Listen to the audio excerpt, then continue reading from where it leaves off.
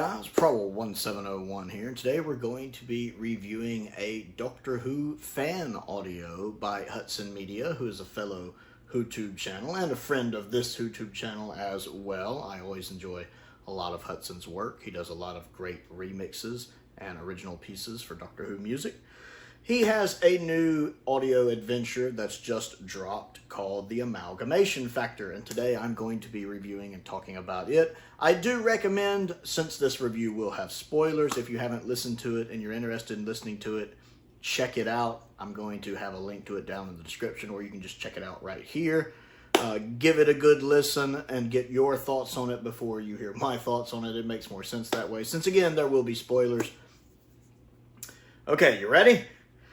First off, one little thing, and this is just a personal nitpick. I never like when Doctor Who story do punny names on existing Doctor Who stories. Like when someone takes an existing title and they do kind of a nod and a wink to it, like the Horror of Glam Rock doing, with the Horror of Fang Rock, or the Amalgamation Factor being kind of a wink and a nod to the Armageddon Factor. I don't know why. That's just always something that bothers me. I don't like that. It's no reflection on the quality of the story. It's just a nitpick that bothers me personally. Well, I'll get to that other point later. So basically we start off with two miners, basically, is what it feels like. It feels like they're going down into mines. And reading the description of the video, you find out they're on this out there in the middle of the nowhere, barren, practically planet where they're just mining resources. Something happened. These two guys got sent in to find out what happened. Very early, after a little bit of dialogue between them, something happens, something kind of the equivalent of a cave-in or something. They get separated, and then the one miner we're following, Mark, there's two, Mark and Rupert, we're following Mark. He actually gets contacted by the Doctor. The Doctor picks up an SOS in the Tardis, and that's really our interaction with the 10th Doctor in this is via intercom, which is actually a fascinating dynamic where the only way the Doctor can help is with words. Kind of like in Boom, all he can really do is talk because he can't move. Or in the 13th Doctor short story, Terror of the Umpty Ums, where the Doctor again can only communicate. That's really the only way the Doctor can help, because the Doctor is not actually there, so all he can do is try to talk him through what's going on and give him advice. And that does add an interesting spin on this, because again, the Doctor isn't physically there, so all he can do is try to guide him through the situation. And Mark is a very human character. He runs the gauntlet of emotions, regret, loss, worried about the other rescuer, I guess, Rupert, who went with him, his teammate, that he barely knows. It mentions in the story he barely knows him, but even though at one point he's close to one of the elevators to get out, he still wants to check on Rupert, because he manages to finally get a hold of Rupert, but Rupert sounds very off, and him and the Doctor feel like this feels kind of like a trap, but he can't quite bring himself to leave the other guy there, even though he barely knows him, which is very human, very human. And he has a couple other emotional responses. So it's interesting getting to kind of know Mark a little bit. You never really get fleshed out with him, but he does feel like a human character. The voice work is good. It's actually Hudson voicing Mark. I think he does a really good job with this. I don't know if he has any kind of acting background or any theatrical background, but as someone who does have a theatrical background, I have an associate's degree in art. I was a theater major in school. I was actually quite pleased with a lot of the emotional beats he had to hit as Mark. I think he did a really good job there. And the person who's voicing the 10th Doctor is very good. It's just enough different that it's not David Tennant, but it's still a very good 10th Doctor. I'm not sure if this is the same person who voiced the 10th Doctor in one of his other audios. I believe it's At King's Reclusion. Was that the name of it? Which is really good. I like that one a lot. That's probably been my favorite one that Hudson's done so far of the three I've listened to. And I'm not sure if this is the same person who voiced 10 in that one, which was also very good. But he's doing a very good 10 in this one, not just with the voice sounding very similar, but also the way he's inflecting words and phrases, the way he's saying the lines is very in line with how the 10th Doctor would say them, how David Tennant would say them. So it very much feels like the 10th Doctor. I think there was only one point where something sounded a little off, but it still sounded very 10th Doctor when he's like, "What's the plan, Dan?" or something like that. And I'm like, that's not something the 10th Doctor would say. But then it made me think of School Reunion when he said correctamundo, and he realized immediately, he's like, I'm never saying that again. It kind of felt like that, where he made a... He took a chance on something, was like, yeah, that doesn't work. So it fits. It fits. And watching them piece together what is happening, that there is something else down there. And the story, it has this really cool thing where, like a lot of the Doctor Who audios, where it has kind of an interactive screen on the screen, so it gives you something to visual to look at while you're listening to the audio. And it took me a little bit to catch on to this, but it gives you a map. It's basically a map of this kind of bunker area they're in. But it's an interactive map. You can actually track where our main character is. And I think I noticed this a few minutes in when I saw this little white square moving. I'm like, oh, okay, that's our character. But every now and then, I noticed you'd see another square flicker on the map briefly and move around and disappear. And that added a nice sense of... There are definitely times in this story where you, as an audience member, know more than the Doctor and Mark do. Because you can see where places are on the map, and where the enemy is on the map, and where everything is on the map, really. And I like the fact it's a basic map. It's not a detailed map. Something about it being a basic map, a more rudimentary map, makes it creepier. So as you're seeing these scenes when Mark's square is moving around on the map, and the other entity square is moving on the map, and they're either barely missing each other, or the other entity is tracking behind Mark, it adds this sense of tension. You can feel it as palpable. And of course, Hudson does a really good job with the sound effects. The sound effects and the music really adding to the atmosphere, the tension, and the horror vibe of the story, which is very much a horror story. Very much the horror vibe. Much like... it reminds me of the Resident Evil remake. The remake of the first Resident Evil that originally came out on the GameCube. Back in 2002, but it's also on the Xbox and all that. So basically the 2002 Resident Evil. The music in that game does a very good job of enhancing the atmosphere and setting the tone. It has this creepy ambiance to it. But if you've played that Resident Evil game, you know what I'm talking about, how the music and the effects and the footsteps, all of it add to the tension of the gameplay of that game. And it's very much like that here, where all the little bits of music, all the little bits of sound effects are adding to kind of put you more on the edge of your seat as the story is progressing. And then the interesting thing is you realize that the Doctor theorizes that it's not Rupert they're talking to anymore, that this is a creature that what it does to its prey is it absorbs its prey into itself. We're really getting into spoilers here. And the creature is just an amalgamation of everything it's run across. It absorbs it and makes it part of itself. Kind of like the Borg in a way, or the Cybermen, but actually brings it in as to one entity. Which is the other problem with the title, is the title kind of gives that away, to where it's not as much of a shock. I feel like it was a poor choice to name the title that. Again, doing a almost pun or spin or wink and a nod to the Armageddon factor. But the problem with that is that it kind of gives away what this entity is, because I know what an amalgamation is. So just seeing the name of the title, it wasn't hard for me to figure out what was going on. So when that reveal came of what was happening and why Rupert is talking to them, it was not a shock because that title had been chosen. I feel like it would have worked better if it had been given a much more vague title, like In the Depths, or The Depths, or It Lurks. Or, that's one of the reasons why episodes like Blink, or Midnight, or even Horror of Fang Rock, or The Well, why those work so well is those titles are so vague, these one-word, two-word titles especially, that you really don't know what to expect. And I think that works for horror stories really well. Or even something like It, like the movie It, the book It, whatever.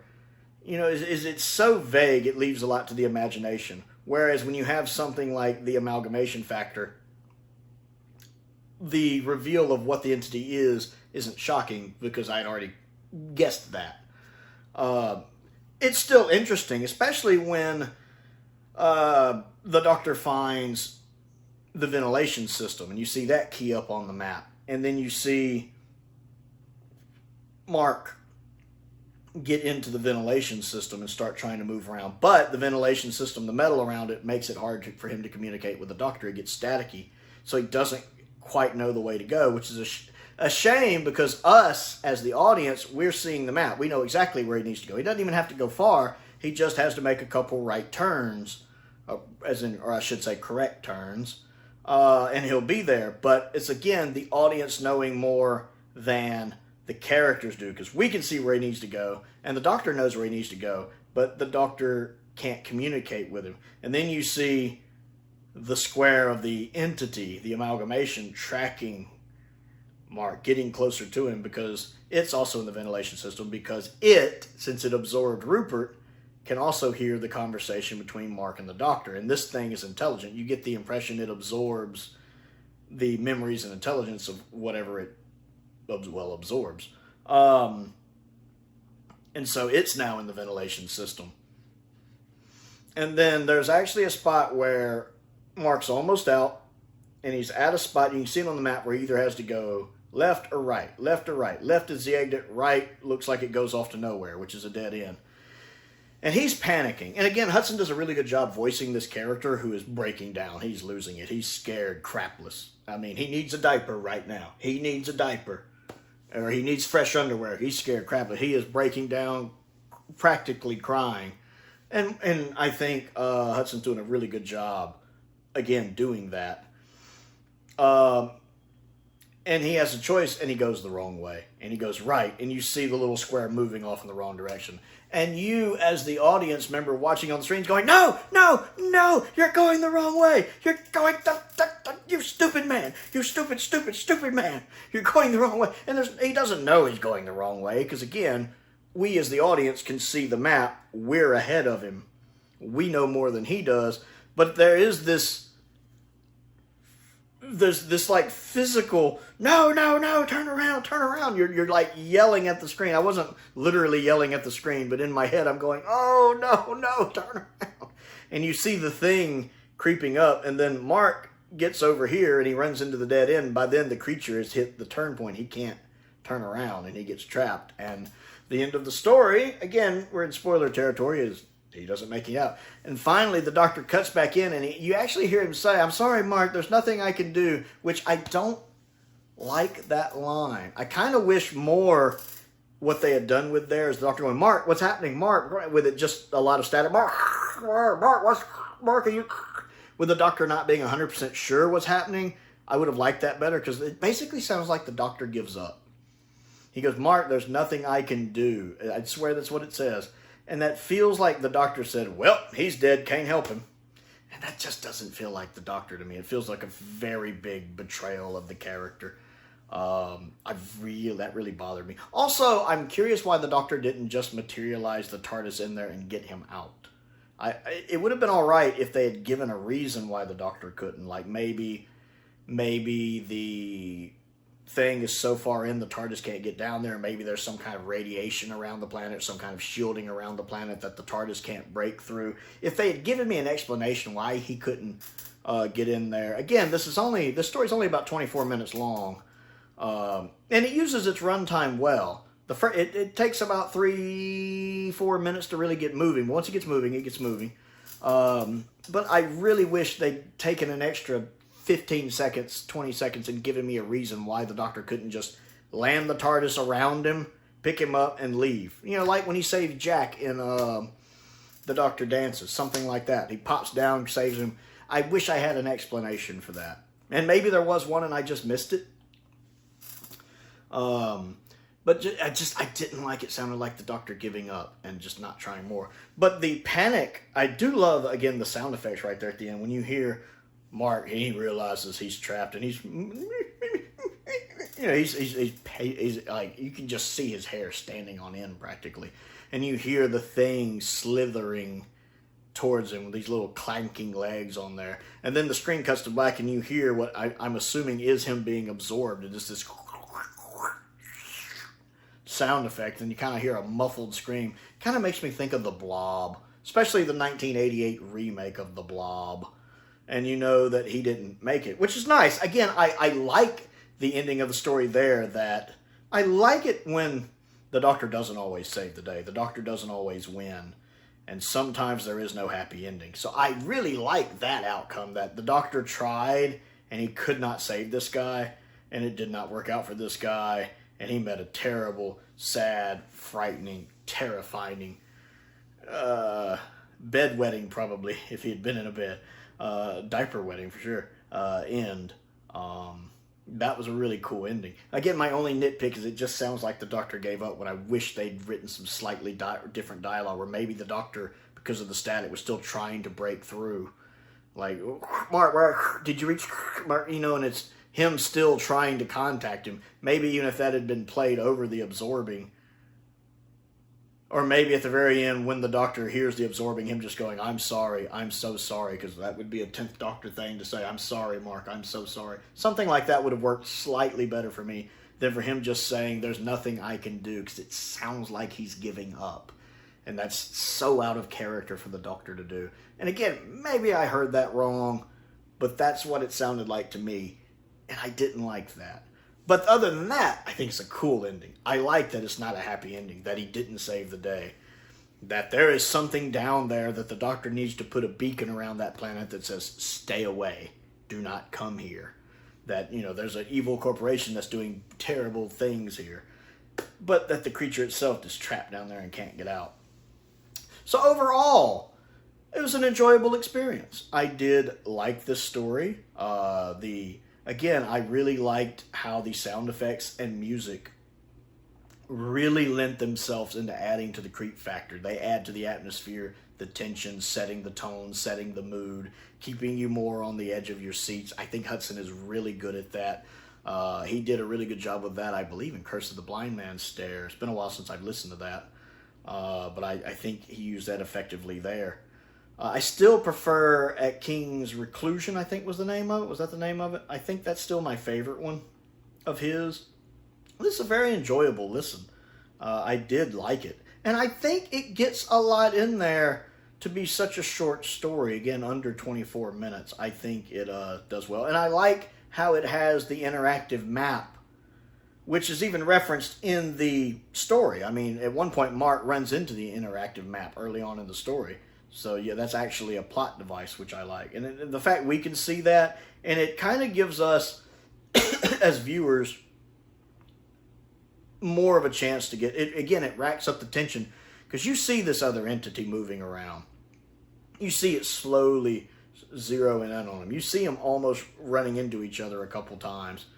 And it just adds to the tension. It's a neat extra way to kind of poke, add to the tension, kind of shove you into what's going on. She kind of push you into the story a little bit. And I think that's really effective. I don't see, most of the time when you listen to an audio and you have something up on the screen for visual representation, I don't normally see it something that's interactive with an audio story like that. And that was fascinating. I really did enjoy that. So I think Hudson did a really good job with this. I think his acting was also very good. I also, again, like whoever it is that's voicing Rupert and whoever it is that's voicing the 10th Doctor. I think they do a fine job. Very enjoyable experience. I recommend, if you're a Doctor Who fan, if you're a Tennant fan, if you're a horror fan, I recommend giving it a listen. So, the Amalgamation Factor. Have you listened to it? What do you think of it? Comment down below and let's talk about it. As always, I want to give a shout out to Hudson. Great work. Very enjoyable. I hope he's enjoyed this review. I think he likes the fact I give very honest reviews. I talk about the things I like. I talk about the things I dislike. And I think he appreciates that, actually. I don't think he would want a reviewer to just give a fluff piece on something. I think he likes honest feedback like that. That's the impression I get anyway. So I hope he's enjoyed this review. I want to know what you think. Comment down below. I also want to give a shout out to some of my top tier patrons: Colin Coney, Sam, Venning, Finn, Perkins, Unknown289, and Androzani Major. I appreciate their support, as I do the support of all of my patrons. I also have a P.O. box if there's anything you'd like to send me to look at and review. A link to my Amazon wish list is down there. A link to my Amazon UK wish list is down there again as well. Most importantly, thank you for watching.